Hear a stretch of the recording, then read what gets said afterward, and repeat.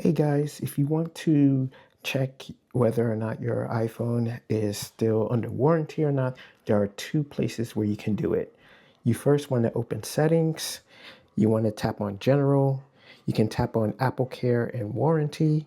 You will let that load, and then you will see all of your devices that is under your Apple ID. And if you tap on any one of these items, you'll be able to see the warranty status as well as when the warranty expires.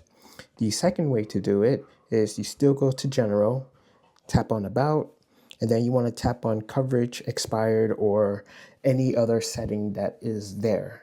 If you tap on that, you can see the warranty for your iPhone that you are using. And this works no matter what iPhone you have, no matter what software version you have. This is where you'll be able to find it. If you found this useful, please leave a like, comment, and consider subscribing. And until next time, I will see you in the next video. Take care.